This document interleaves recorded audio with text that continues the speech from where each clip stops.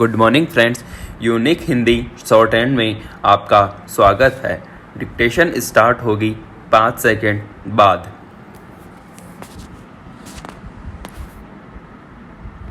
Start. उपाध्यक्ष महोदय, लेकिन जनाब मैं आज यह कहते बेहद तकलीफ़ महसूस करता हूँ कि हिंदुस्तान के 15 करोड़ से भी ज़्यादा मुसलमान आज कई महाज पर दलित भाइयों से भी पीछे चले गए हैं। यह बात मैं खुद नहीं कह रहा हूँ, यह बात प्रधानमंत्री जी के जरिए कायम हाई पावर सच्चर कमेटी कह चुकी है।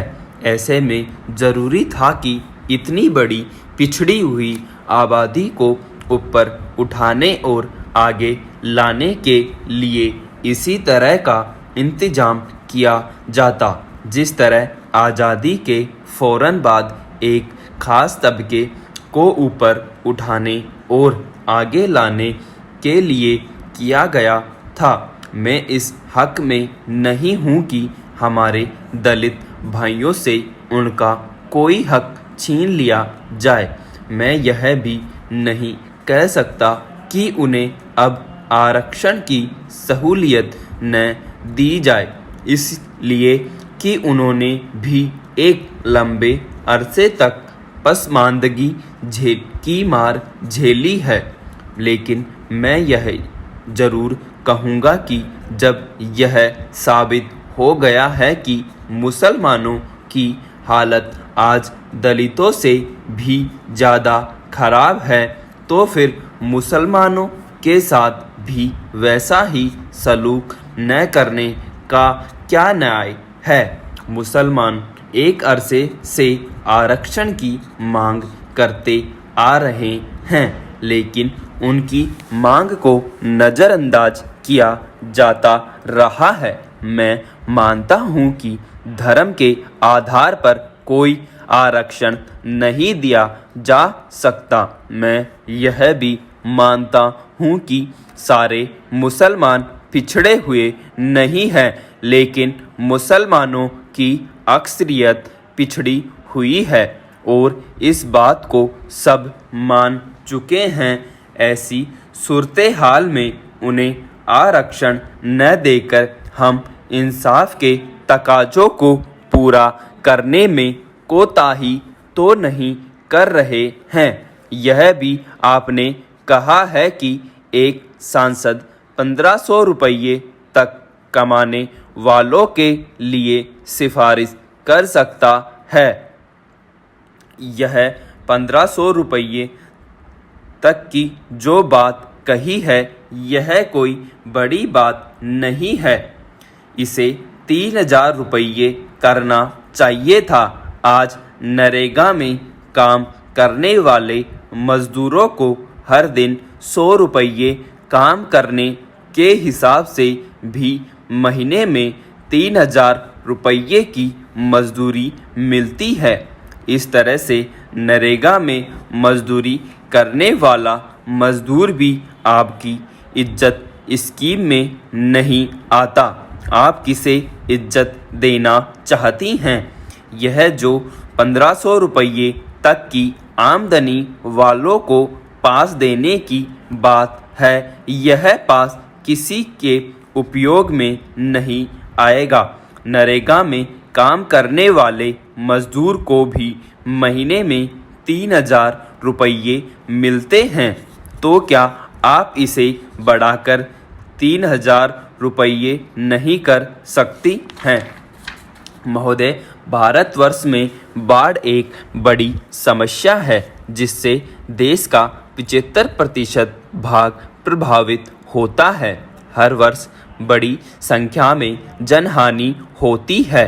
अरबों रुपये की संपत्ति नष्ट हो जाती है। इसके लिए हमें बड़ी बड़ी नदियों में उद्गम स्थल से ही गाद व गंदगी के प्रभावी नियंत्रण की सख्त आवश्यकता है। गंदगी व गाद के चलते नदियों की जल संग्रहण क्षमता काफ़ी कम हो गई है। इसके अलावा सूखा भी राष्ट्रीय स्तर पर एक बड़ी समस्या है, जिससे जूझने के लिए शासन को हजारों करोड़ रुपये खर्च करने पड़ते हैं। लेकिन सूखाग्रस्त क्षेत्रों में हालात आमतौर पर बद से बदतर ही रहते हैं।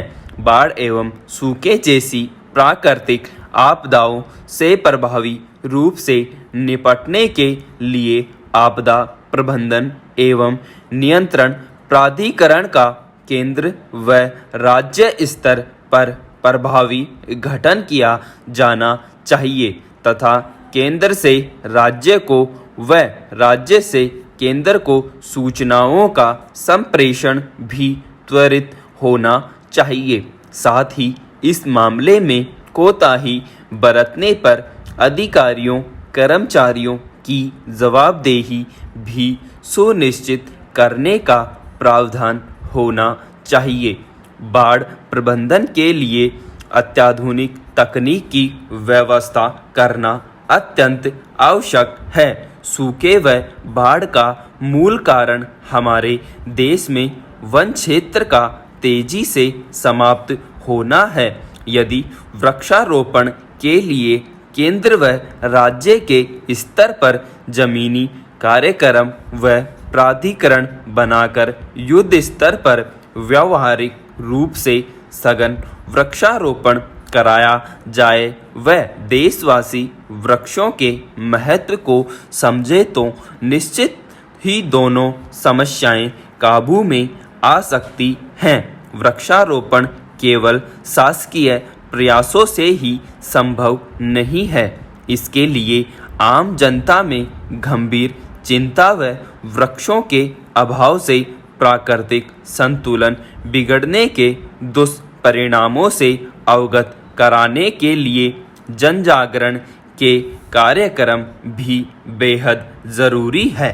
सघन वृक्षारोपण का सपना तभी साकार हो सकता है जब देश के आम आदमी को इसमें भागीदार और जवाबदेह बनाया जाए। इसके लिए संसद से लेकर गांव की चौपाल तक, शहर से लेकर नुक्कड़ व बाजार तक हर स्तर पर राष्ट्रीय हित में हम सभी को मिलकर प्रयास करना चाहिए। आपने मुझे बोलने का मौका दिया, इसके लिए आपको धन्यवाद देता हूँ। मैं यहाँ पर कहना चाहती हूँ कि यदि संवादहीनता होती तो शायद हम भारत को आज़ाद नहीं करा सकते थे।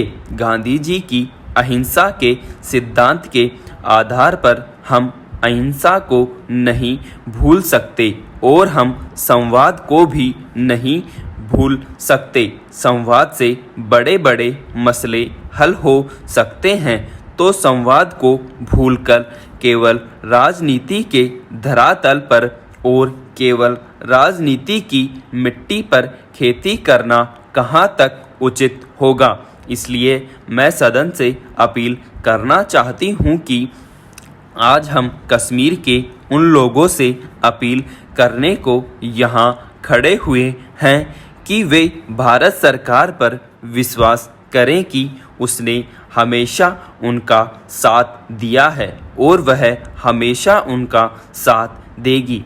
हम कश्मीर के लोगों को निश्चित तौर पर शांति का एक अवसर देना चाहते हैं और इसीलिए अवसर चाहे वे रोजगार के हों, चाहे वे भौतिक और मानव संसाधन के हों, उसके लिए सरकार को कोई भी कोताही नहीं बरत रही है। स्टॉप।